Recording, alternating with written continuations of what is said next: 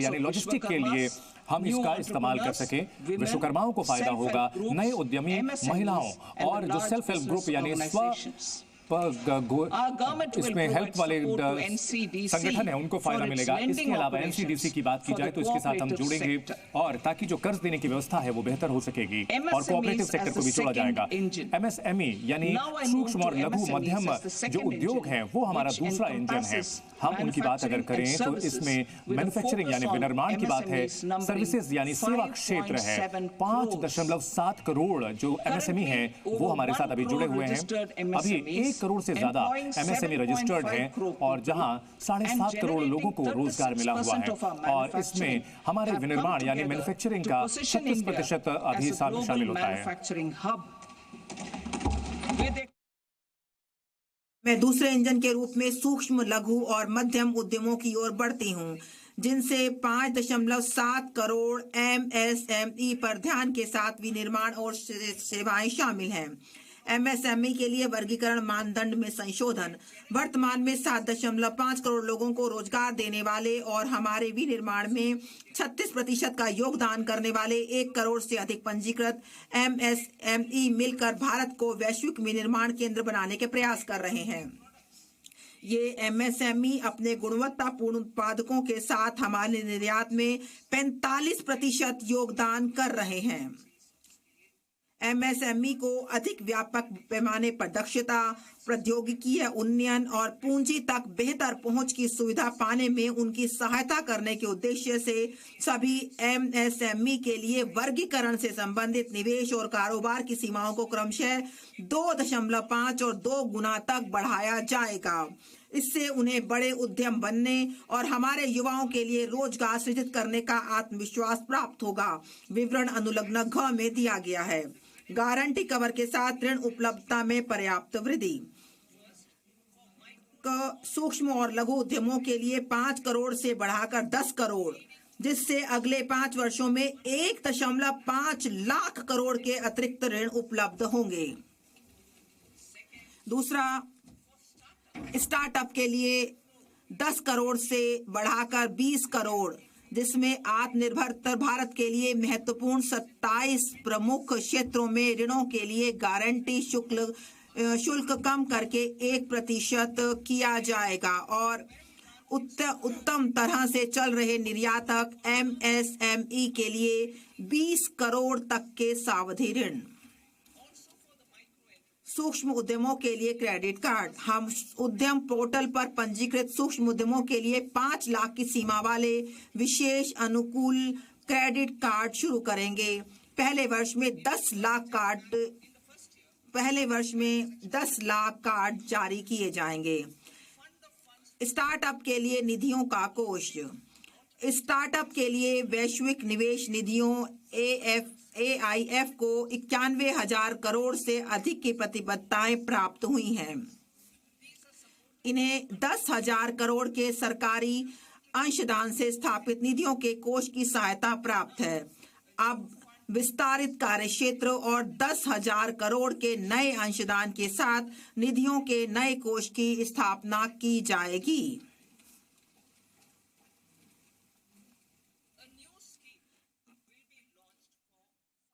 पहली बार उद्यमों के लिए नई योजना 5 लाख महिला, अनुसूचित जाति और अनुसूचित जनजाति के उद्यमों के लिए एक नई योजना शुरू की जाएगी। इससे अगले 5 वर्षों के दौरान 2 करोड़ तक का सावधि ऋण उपलब्ध होगा।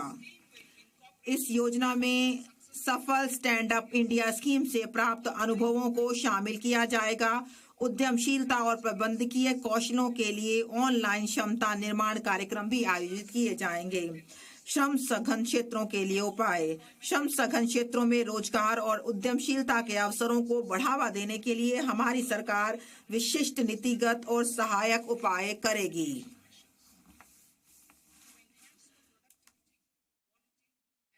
भारत के फुटवियर और लेदर क्षेत्र की उत्पादकता, गुणवत्ता और प्रतिस्पर्धात्मकता बढ़ने हेतु फोकस उत्पाद स्कीम कार्यान्वित की जाएगी।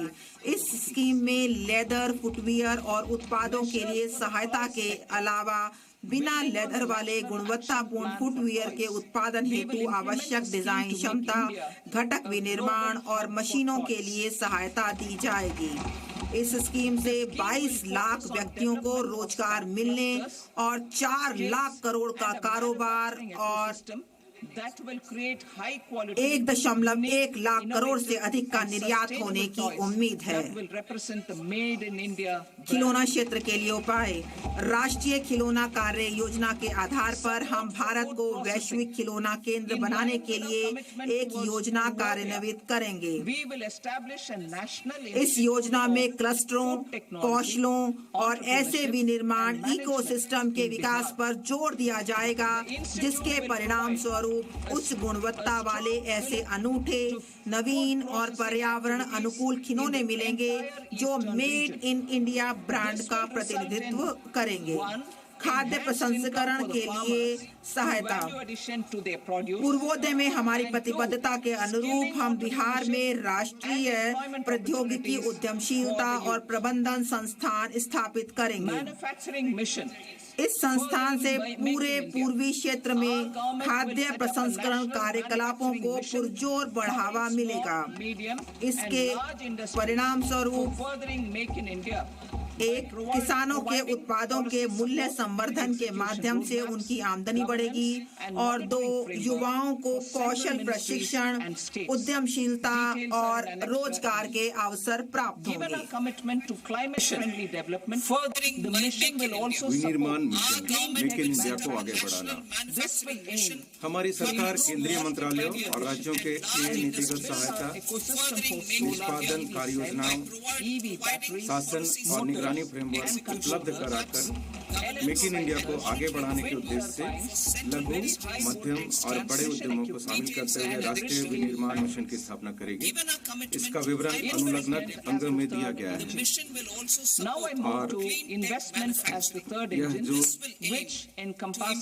इसका जो जलवायु अनुकूल विकास की परतों को ध्यान में रखते हुए मिशन स्वच्छ प्रौद्योगिकी विनिर्माण को भी सहायता प्रदान करेगा। इसका उद्देश्य घरेलू मूल्यवर्धन में पर्याप्त सुधार करना, solar PV cell, EV battery, मोटरों, कंट्रोलरों, इलेक्ट्रोलाइजरों, विंड टर्बाइनों, अत्यधिक वोल्टेज वाले ट्रांसमिशन उपकरण और ग्रिड स्किल बैटरियों का हमारा इकोसिस्टम तैयार करना होगा। तीसरे इंजन के रूप में निवेश। अब मैं तीसरे इंजन के रूप में निवेश की ओर बढ़ती हूँ, जिसमें लोगों में निवेश, अर्थव्यवस्था में निवेश और नवाचार में निवेश शामिल है।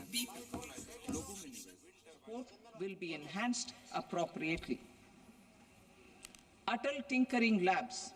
50,000 Atal Tinkering Labs will be set up in government. 50,000 Atal tinkering lab की स्थापना अगले 5 साल में सरकारी स्कूलों में की जाएगी। इसका मकसद जो इनोवेशन है उसको बढ़ावा देना है और छात्रों के बीच जो वैज्ञानिक सोच है उसको आगे बढ़ा देना है। इसके अलावा जो सरकारी स्कूल हैं वहां ब्रॉडबैंड की कनेक्टिविटी को हम बढ़ाएंगे। जितने भी सरकारी सेकेंडरी स्कूल हैं वहां पर ब्रॉडबैंड की सुविधा उपलब्ध कराई जाएगी और ग्रामीण क्षेत्रों में यहाँ ये सुविधा उपलब्ध कराई जाएगी। भारतीय भाषा पुस्तक स्कीम की अगर हम बात की जाए तो हमारा आगे ये कार्यक्रम है कि हम इसको लागू करेंगे ताकि तो भारत की जितनी भी भाषाएं हैं उनको हम अलग अलग स्कूलों और हायर एजुकेशन में उपलब्ध कराएंगे ताकि हमारे जो छात्र हैं वो अपनी भाषा और अपने जो विषय हैं उसको अच्छी तरह से समझ पाएं। इसके अलावा हम स्किलिंग के लिए यानी कौशल विकास के लिए हम एक योजना लाएंगे। 2024 में हमने ये योजना लाई थी। 5 उत्कृष्टता केंद्र यानी स्किलिंग सेंटर हम स्थापित किए जाएंगे और इसमें जो वैश्विक स्तर है उसको हम यहाँ पर हासिल करना चाहेंगे ताकि हमारे जो युवा हैं उनको फायदा मिले, ताकि हमारे जो युवा हैं वो पूरी दुनिया के लिए निर्माण कर सके। और इसका जो करिकुलम होता है वो हम जल्दी ही इसको डिसाइड करेंगे और इसको लेकर के एक फ्रेमवर्क यानी ढांचा बनाया जाएगा। और जो आईआईटी है उसकी क्षमता को हम बढ़ाना चाहते हैं। अगर अभी बात की जाए तो 23 आईआईटी में जो अभी कुल छात्रों की संख्या है वो 100% बढ़ी है। ये पहले 65,000 हुआ करती थी लेकिन अब ये 1,35,000 बढ़ चुकी है। पिछले 10 सालों में ये बढ़ोतरी दर्ज की गई है।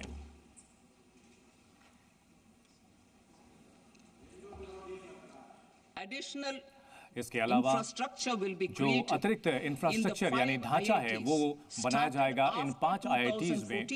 2014 के बाद जो IIT शुरू किए गए हैं वहां पर छात्रों के लिए जो हजारों छात्र हैं उनके लिए सुविधा बढ़ेगी। यहाँ हॉस्टल और दूसरी जो सुविधाएं हैं वो बेहतर की जाएगी और IIT पटना का विस्तार किया जाएगा।